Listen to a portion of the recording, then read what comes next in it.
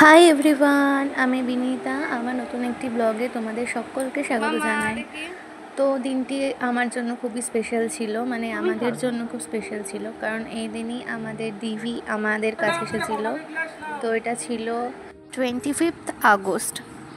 তো সেদিনকে আমি প্রতিদিনকার মতোই ওকে ওটসের প্যানকেক বানিয়ে দিই। তো সেদিন যেহেতু ওর বার্থডে ছিল, তাই একটু স্পেশাল করে প্যানকেকটা বানিয়েছিলাম। তো আমি এতে কোকো পাউডার অ্যাড করেছিলাম, তারপর তাল মিষ্টি অ্যাড করেছিলাম। তো এইভাবে আমি এটা বানিয়েছিলাম। পুরো ভিডিওটা আমি একটা অন্য ব্লগে আপলোড করে দেবো, তো সেখান থেকে রেসিপিটা দেখে নিও। তারপর খেয়ে নিয়ে ওর পাপার সাথে একটু বের করতে গিয়েছিল সে। আর দুপুরে আমি সেরকম কোনো মেনু রাখিনি ওর খাবারে, যেহেতু আমাদের সেরকম করে জন্মদিন সেলিব্রেট করা হবে না। ওর দাদা কিছু মাস হলো মারা গিয়েছে, তো সেজন্যই সেরকম না করে আমি একটুখানা ডাল করেছিলাম আর একটুখানা মাছ রান্না করে দিয়েছিলাম। তো খেয়ে দিয়ে এসে তারপর সে কার্টুন দেখতে বসেছে।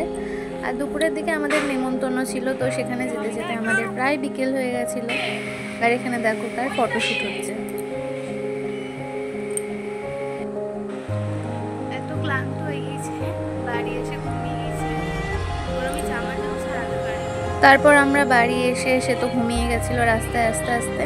আর ওর বাবা এখানে ডেকোরেশন করছিল ওর বার্থডে। আর আমি থিমটা পুরো ব্লুর উপর রেখেছিলাম, যেহেতু ওর ড্রেসটা ব্লু, তাই ভাবলাম যে ডেকোরেশনটাও ব্লু হিসেবে রাখতে হবে।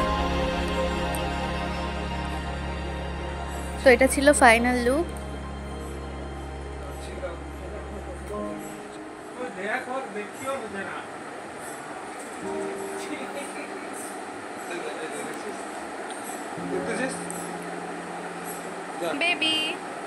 ওদিকে ওর বাবা ডেকোরেশন করছিল আর আমি কেক কমপ্লিট করছিলাম। হ্যাঁ, যেহেতু আমি হোমমেড কেক বানিয়ে থাকি, তো আমার বেবির কেকটাও আমি বানিয়েছিলাম।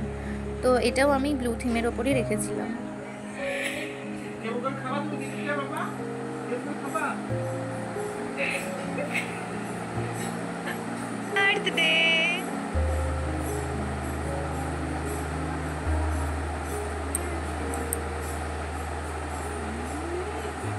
মামা হাসো হাসো।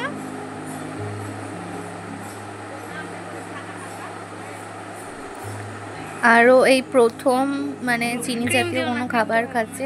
এর আগেও চিনি খায়নি, তো কেকে যেহেতু চিনি দেওয়া আছে, তাই একটু আমি ভাবছিলাম অল্পই দেব, যেহেতু প্রথমবার খাচ্ছে। বাট না, সে একা একাই নাইফ দিয়ে কেকটা কাটছে আর একা একাই খাচ্ছে, সবাইকে খাওয়াচ্ছে। তো সেই দিনকার জন্য ওর পুরোপুরি ছাড় ছিল।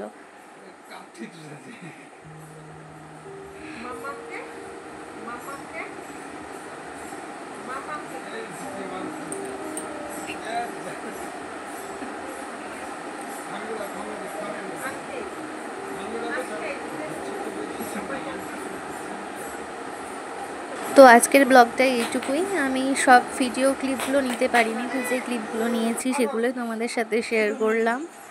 তো ব্লগটা কেমন লাগছে অবশ্যই জানিও।